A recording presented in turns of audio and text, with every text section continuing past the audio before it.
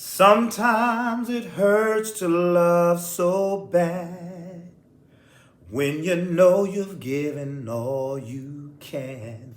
Sometimes it hurts to even laugh.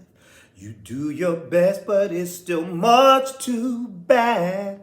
Sometimes the pain is just too much, and it hurts like hell. That's the way it feels. What's up, y'all? This is Ty. How y'all doing? I am here to review what? Season 3, Episode 4 of Tyler Perry's comedy soap opera drama, The Oval. And tonight's episode is titled In Need of Protection. But hold on, not tonight. This was last night. But her brother's late. Just I had some things. I had to do a lot going on. A little bit stressed yesterday. But you know what? I'm good today. Y'all good? I'm good. Let me tell you. Don't let nothing stress you. Don't let nothing get in your way. So I had some obstacles in my way. But listen, when you got faith and you believe in God, the man upstairs, he left that message with me. He said, ain't no need to worry. As long as you got faith and faith in me, you don't need to worry. And I always focus on what's going right. And I always land on my feet. Okay? So that's my, listen. That ain't got nothing to do with this video. I'm sorry, y'all. I'm over here preaching, giving y'all a little word, but that was in my spirit. So I had to let that out. It was on my chest. I had to let it out. So that's it. Listen, if you got that faith, keep going. No matter what you're going through, it's going to be all right. It's going to be all right. With that said, I know you're like, Ty, ain't nobody come here for this. You're singing now. You want to be preaching too. I ain't come here for this. I know what y'all came here for. But anyway, shout outs to my lovely, lovely subscribers. I believe there are now 728 of you now. And I think y'all killing it. I appreciate that. And we're going to keep going. You know, one day we're going to be at a 2 million, right? But right now, listen, I'm grateful for where we are right now. So shout outs to you. So hit that subscribe button. Help a brother out. Hit that subscribe button. Let's let this channel grow. Let me give a shout out to my people. Simply Be Yourself 100, Tia Divine, House of Sir James, Quiet God, Bobby Ray, R.C. Kroger, Rhonda Shaking My Head, Tia Divine. We have a new subscriber. That is Selena Whitley. Thank you, Selena Whitley. And shout outs to Bree, who said that she thinks I'm hilarious. So thank you, Bree. I appreciate that. And all the rest of you, thank you for subscribing. I do appreciate you. Now let's get on down to what you came here for, the review of this latest episode. Now, you know that song I was singing in the beginning, It Hurts Like Hell, and all that. That's the, Hurts Like Hell, Aretha Franklin, Waiting to Exhale soundtrack. Listen, sometimes I'll be singing songs that ain't got nothing to do with the video, but I've been being consistent. That song, I tied it into this review because that's Alan's song. That's his theme song, because it is hurting him like hell to be in love with Ellie. He's crazy. He's in love with her. He's literally getting beat down because he's in love with this girl. He's getting beat down because of her, basically. And he loves her so much, he's going to continue to get hurt unless he do something. So the episode starts, we see him getting beat down. That guy did karate chopped him or kicked him, whatever, kicked him into a table, knocked him down. Now, is it me or does the dude look like Jason? The dude that's beating, the dude that's beating Alan looks a whole lot like Jason, right? It looks like Jason to me. So Alan's trying to look, man, get off, get out of here, get out of here. You're getting beat down right now. So all of this get out of here, that's not going to happen. You got to take your beating. The guy even told me, said, listen, bro, just roll with it. I'm not going to touch your face. She told me not to mess up your face, but I'm hurt you, getting your ribs and, bust you up a little bit. I ain't going to touch your face, though. Your body, I'm going to tear you up. I'm going to tear you up. Because you got to do what you got to do. So he called the first lady, let the first lady know, yeah, he down here, beat down. Alan was trying to resist, tried to get up and say something slick. Dude pulled out a gun like, listen, you making this hard, man. Take your whooping. Take your ass whooping and go. Just take your ass whooping. I didn't shoot you, right? Just lay down. So you either get down or lay down. He ain't say that, but that's basically what that meant. So he took his lickings.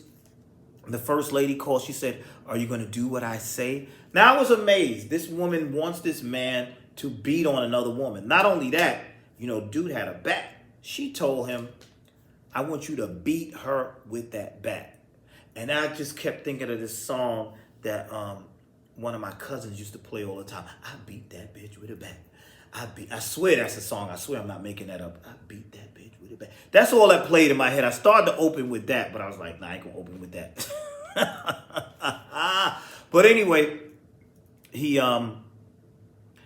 she tells him to do that. And then she told him, not only that, I want you to videotape that whooping that you're going to give this girl. And I'm like, this is crazy. This is really crazy that she really is going that far and that deep. And she told him, listen, they ain't touch your face, right? But you're going to do as I say. Do you agree? If you don't agree, it's going to keep happening to you. Can you imagine, y'all? Can you imagine that happening to you? Can you imagine? And he's like, he's in love with this girl. It's totally ridiculous. Later on in the episode, we see him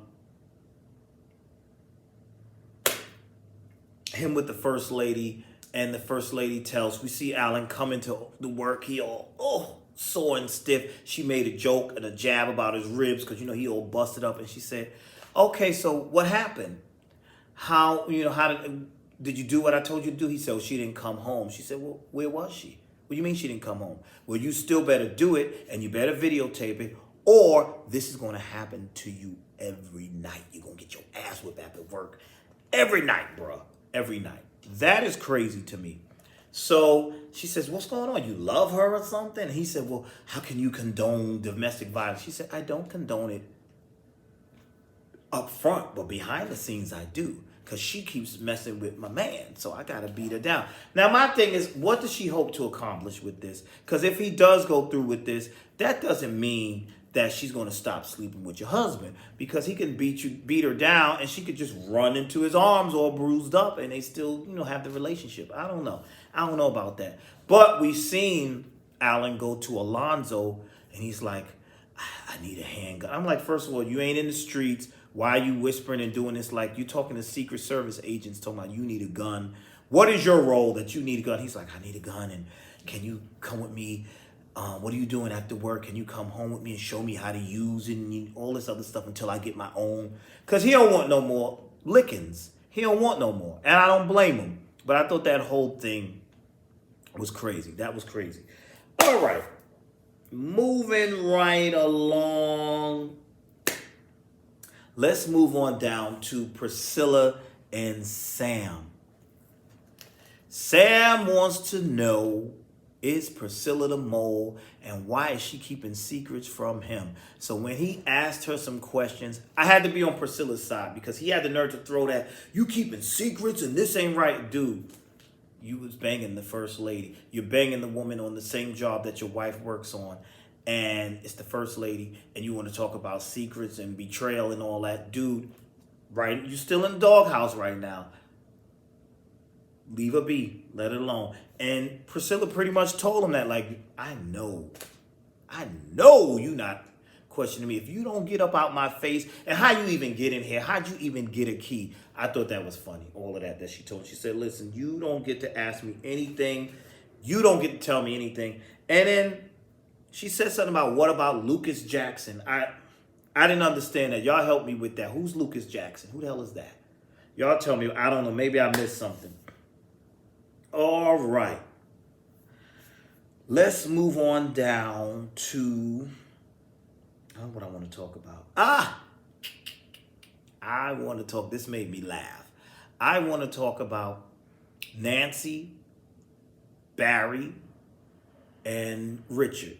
Now, Nancy and Barry, for the first time in a good while, we've seen them in the episode. This is the first time I've seen them where Nancy's not like, oh, Lord, have mercy. And Barry's not, where's my daughter? I need my daughter. Or angry about something. He was kind of chill. Nancy came in there, made him some breakfast, and she was nice, and he was nice to her. And he said, Mom, you made me breakfast, and you're being so nice, and this, that, and the third. And she's like, yeah, because, just because you treated me bad, because he's like, I've been so mean to you lately. And she said, well, people that you care for, just if they mistreat you, you don't have to mistreat them. And they were being nice and they had their little jokes. And then she found out he was a little high from smoking the weed or whatever. And he told her, I got some weed upstairs. I left some in your room or whatever. Now, this is the funny part for me. When Richard got home, Miss Nancy was looking sexy. Wasn't Nancy looking sexy? She had all this out showing. I said, look, Miss Nancy, Lord have mercy. Lord have mercy, Miss Nancy, you looking good. She came out there. She had her come do me baby pose. Richard was trying to front like he wasn't feeling it. He's still mad. You slept with my daddy, so I ain't trying to get with you. I'm still mad. She's smoking weed. She's trying to entice him. He was resisting at first. I don't want to do this. Boing. Next, I know I'm so immature, right? But it's true. It was like, I don't want to do this. I don't. His first head is up here. This head said, I don't want to do it. The other head said, boing, boing. Next thing you know, he was on her. They getting it on. Barry, because Barry ain't too bright, somehow all that moaning and groaning sound like fighting to him. So he says, I know y'all not in here fighting, and opens the door. That's what you get. And sees his mother, legs in the air, and his father going to town. Boy, that's how you got here. But listen, nobody wants to see their parents having sex. Nobody. They don't. My kids saw a picture of me kissing their mother and was like, ew. I'm like, but that's how you got here. But I get it, because I wouldn't have wanted to walk in on my parents having sex either. But I thought that was hilarious. Him like, oh my God, that's what y'all in here doing. But at least they wasn't fighting, right? They getting it on. I thought that was quite hilarious. Now let's move on down to Dale and Sharon and Kyle. So Dale is in the hospital. Sharon's there. She won't leave his side. She's such a nice girl. Just staying there. That ain't your cousin. You don't know this man like that. You just work with him. He's even like, why are you still here? Why don't you go leave? Go get some rest. He even asked her, why you not at your sister's house? What's going on? Long story, blah, blah, blah. So she finally leaves. And then later in the episode, we see Kyle step in there. And when Kyle steps in there, Dale is like, what are you doing here? And did you have something to do with my situation? And Kyle is like, no, and I can solve this. But I don't blame Dale. Dale is like, man, get up out of here. Just go. Get the hell up out of here. You're crazy. It's nothing but trouble. And I don't blame him. I applaud him. But didn't Donald tell Kyle not to go to that hospital? He going to mess around and get Dale killed because you don't know who could be watching and monitoring. I could have sworn Donald told him, yo, don't go to that hospital. Don't even go trying to see him because you're going to make matters worse. So that was that. Then we move on to our lovely, stupid president who is mad with Donald because he wants to know why the First Lady's father, the First Lady's father is not dead. Why haven't they killed him? And Donald tells him, I don't think it's a good idea. How many times do we have to tell this man that her father is protecting you? If something happens to him, you will no longer be protected. I don't know what's going through his head. He's like, well, I'm the chief of staff. And he says something stupid about, the people like him, but he don't really give a damn and all this. They really wrote him as a complete idiot. And he's a complete idiot. Because he's not putting two to two together. He's like, I don't care. Get it done. I want him dead. He said, no, I don't think that's a good idea. And we need to first find out, was it really him who tried to get you killed? And then he hit the roof when he found out that they didn't catch the shooter. He's like, you catch the shooter and you bring them to me and you got, did he say 24 hours? Well, let's say it. You got 24 hours, blah, blah, blah. Just stupid across the board. Just completely stupid. All right, let me look at my notes here. Let's see what else happened in this episode.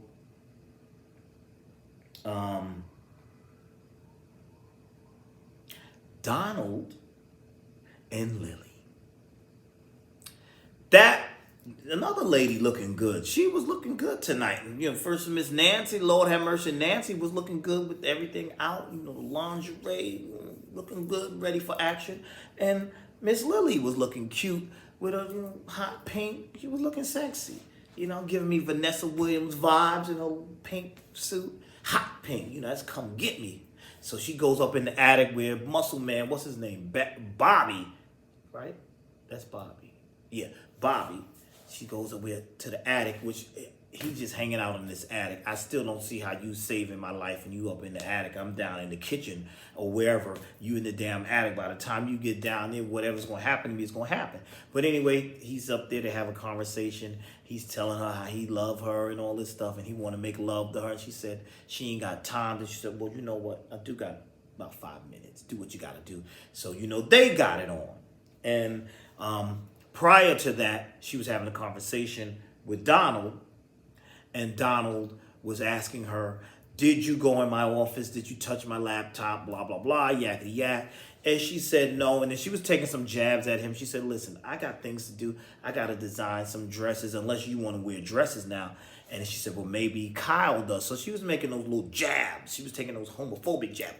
Boom, boom, just throwing them at him. Just boom, boom, take that, take that. Then she told him, when you leave, I'm going to go screw a big black man. Did she say muscular? She said, I'm going to go screw a big black man or whatever. And he was like, okay. And she said, oh, he's not your, he don't want nothing to want you. And then Donald said, you sure about that? So that was kind of funny too. But yeah, Lily got it on with Bobby. And that was that.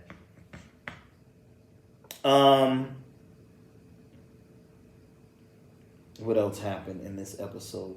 Max and Blakely. Blakely is left, and let me see. Yeah, that's where we going. Max and Blakely. Blakely left. Max don't know where she's at. He's in this motel. He gives a call to Bobby. Bobby's saying whatever to him, and he's like, oh, you miss her already or whatever have you. And he said, why are you still, he tells, Max tells Bobby, why are you still using that phone? We still haven't heard from this dude. And Bobby's like, I encrypted this phone 3-4 times. So we safe on this phone. That's basically what he says. And as they're having a conversation, in walks these men and they take Kyle and then they pick up the phone and ask a stupid question. Who's this on the end? As if Bobby's going to say who he is. And that's where the episode ended. So it was entertaining. It was an entertaining episode. The president is still an idiot. The president wants... so stupid. He wants the first lady's father dead and all this foolishness. It's just, I don't know. He just irks me. He gets on my nerves. But that was pretty much it. Alan's story, that's what I was interested in. What's going to happen when he gets home? Is he going to be getting beat down every day? Is he finally going to hurt Ellie? Or is somebody going to get rid of both of them? I don't know. But that's all I have. Tell me your thoughts on tonight's episode. What did you think? Oh, and as for Max, who do you think has Max? For some reason, I don't think that's who we think it is. I don't think that's the president's people. I think that might be some people that's working with that guy that they were working with, trying to just get him and take him or whatever. I don't know. We'll see. I don't know. That's just one of my theories. But that's all I have for now. Tell me your thoughts on this episode. Did you enjoy it? Did you hate it? And please like, comment, and subscribe. And I will see you all in the next video.